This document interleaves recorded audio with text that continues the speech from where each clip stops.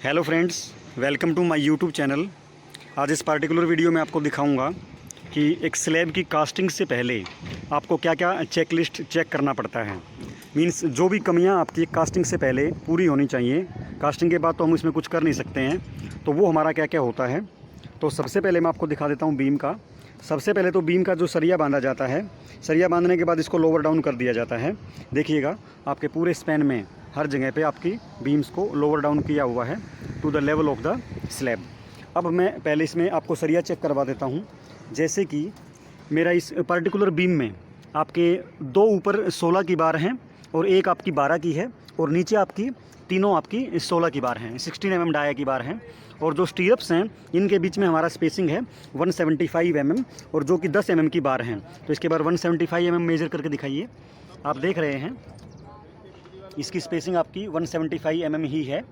Similarly हमारा ये double mash है, देखिएगा ओवरहैंग पोर्शन में मैं डबल मैश यूज़ किए हुए हूँ। तो डबल मैश में मेरी स्पेसिंग जो है ये आपका सारा 10 और 12 का सरिया है, 10 mm और 12 mm का सरिया है। स्पेसिंग हमारी है आपकी लगभग 230 mm, और ये स्पेसिंग, ये वाली स्पेसिंग हमारी है 150 mm। तो इसमें हमने 130 पे ही प्रोवाइड कर रखा है। इसमें इसका मीनिंग हमने ज़्यादा सरिया ही प्रोवाइड कर रखा है, कम सरिया प्रोवाइड नहीं कर रखा है। बीम्स के केस में आप देख रहे हैं, आपको जो और चेक करना पड़ता है वो बीम के केस में आपको चेक करना पड़ता है। ये देखिएगा, आप देख रहे हैं यहाँ पर ये एंकरेज प्रोवाइड किया गया है। तो ये वाला this one portion anchorage means आपका जो हुक प्रोवाइड करते हैं, तो ये आपका होता है 13 टाइम्स ऑफ डायमीटर।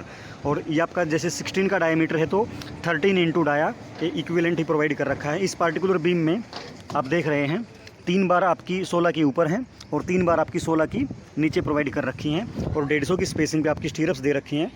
कंड्यूटिंग अरेंजमेंट पहले चेक करना पड़ता है, प्रॉपर आपका कंड्यूटिंग अरेंजमेंट किया हुआ है कि नहीं किया हुआ है। हर जगह पे आपके बीम की लोकेशन पर बेंड दिए हुए हैं, जो आपकी लाइट के लिए कंसील्ड लाइट लगानी पड़ती है।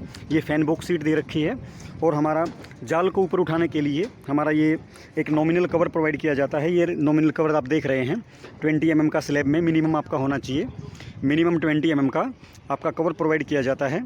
जहाँ पर भी हमारा सरिया ख़त्म हो जाता है तो वहाँ पर हमें डेवलपमेंट लेंथ चेक करनी पड़ती है।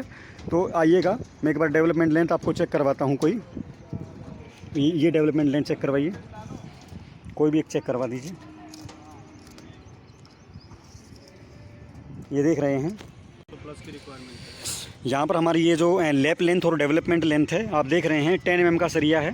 तो 10 mm बार में आपका 47 times of diameter, 47 times of diameter के हिसाब से 10 mm में 470 mm का ही हमें लैप प्रोवाइड करना पड़ रहा है। लेकिन हम तो यहाँ पर ज़्यादा प्रोवाइड करके बैठे हैं। तो आप देख रहे हैं लैप हमारा थ्रू आउट गया हुआ है इस प्रकार से। और अब हम बात कर लेते हैं जो भी हमारे कॉलम्स थ्रू आउट ऊपर जाते हैं, उन कॉलम्स के लिए आपका फ्यूचर में लैप सही रहना चाहिए। जैसे कि ये पार्टिकुलर केस में आपका इस पार्टिकुलर कॉलम में सरिया जो है वो है 20 mm का। तो 47 टाइम्स ऑफ 20 डायमीटर के हिसाब से 940 mm का आपका लैप होना चाहिए। तो हम देख रहे हैं यहाँ पर लैप हमारा आया हुआ है, देख रहे हैं लैप हमने प्रोवाइड किया हुआ है। यहाँ पर कितना प्रोवाइड है ये 960 प्रोवाइड किया हुआ है, होना चाहिए हमारा 940 mm।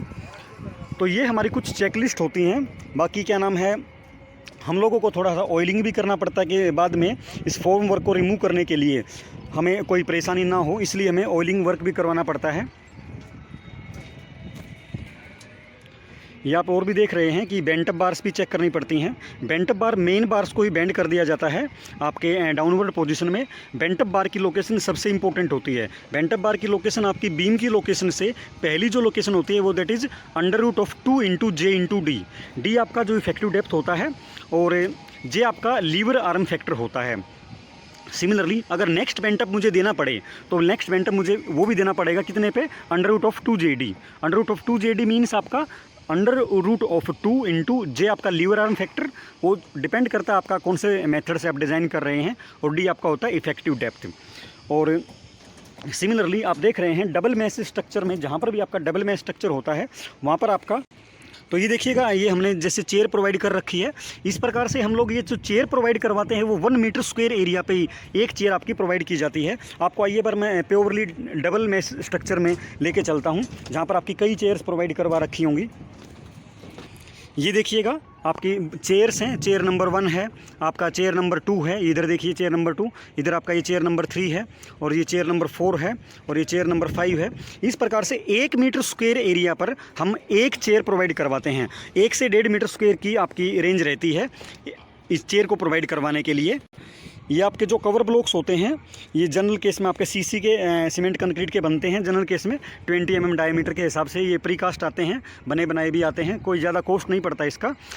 मैक्सिमम आपका आप मान सकते हैं कि भाई जनरल केस में आपके अगर आपको 150 कवर ब्लॉक खरीदने हैं, मतलब 150 कवर ब्लॉक का एक जो बैग आएगा वो लगभग आपका 70-80 रुपये का आ जाता है। और 300 कवर ब्लॉक का अगर कोई बैग होता है तो जनरल केस में वो आपका 200 से और 225 रुपये तक का आ जाता है।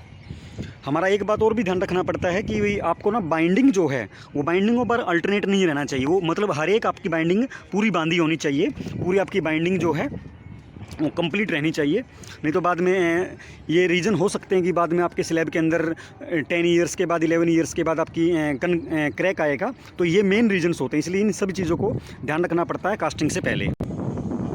सो माय डियर लर्नर्स, इस प्रकार की वीडियोज़ के साथ जल्दी ही मिलूँगा। Good bye and keep learning.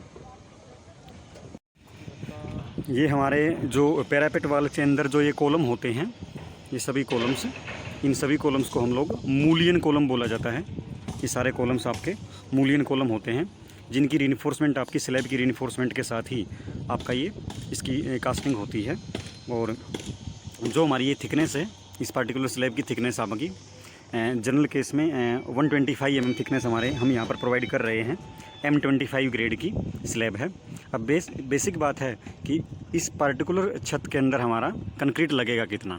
जो हमारा इसमें टोटल स्पैन है वो है 21 मीटर बाई 17 मीटर, और हमारी थिकनेस होगी 0.125 और यू कैन से 125 mm। तो हमारा 21 × 17 × 0.125 विच इक्वल्स टू, तो ये हमारा आया है 44.625 m3। लेकिन हमें वेट कंक्रीट के लिए, आपने एस्टिमेशन कॉस्टिंग में पढ़ा होगा, वेट कंक्रीट के लिए हमें 1.54 का फैक्टर यूज़ करना पड़ता है। तो इंटू 1.54 कीजिए, तो हमारा ये 44.625 625। तो हमारा इसमें टोटल कंक्रीट जो लगेगा 68.7225 m3 आएगा।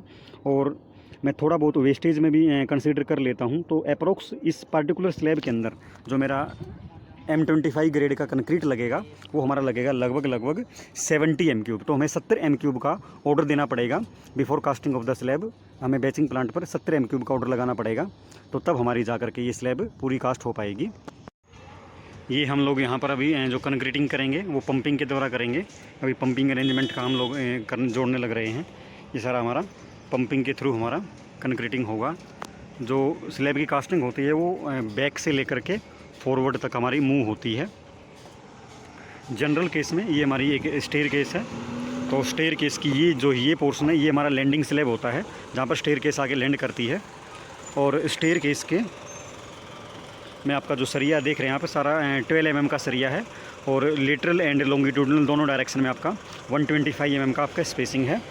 और स्लैब जो लैंडिंग स्लैब आपकी होती है, लैंडिंग स्लैब का सरिया भी उसके अंदर आपका ओवरलैप जाके कर रहा है, तभी जा कर के दोनों एक मोनोलिथिकली कास्टेड हो पाएंगे। ये आपके स्टेयर केस, नीचे वाला स्टेयर केस में ये वाला पोर्शन अभी मैं इसको हम लोग बेसिकली वेस्ट स्लैब बोलते हैं, इसको हम लोग कास्ट कर चुके हैं। इसकी कास्टिंग हम लोग सबसे बाद में करेंगे लास्ट में। और ये बॉटम पोर्शन में हमारा स्टेयर केस का सरिया है, ये हमारा लैंडिंग स्लैब का सरिया इसके अंदर जाके मर्ज हो गया है। ये हमारी जो स्टीरप्स होती हैं, जैसे 2 लेग्ड स्टीरप है, तो इनमें हमें हुक प्रोवाइड करने पड़ते हैं 45 डिग्री या 135 डिग्री पे। देख रहे हैं आप, थ्रू आउट आपके हुक प्रोवाइड किए गए हैं। बीम और कॉलम की जब रीइंफोर्समेंट को हम लोग स्टीरप से बांधते हैं तो हमें हुक प्रोवाइड करने पड़ते हैं 45 डिग्री और 135 के एंगल पर।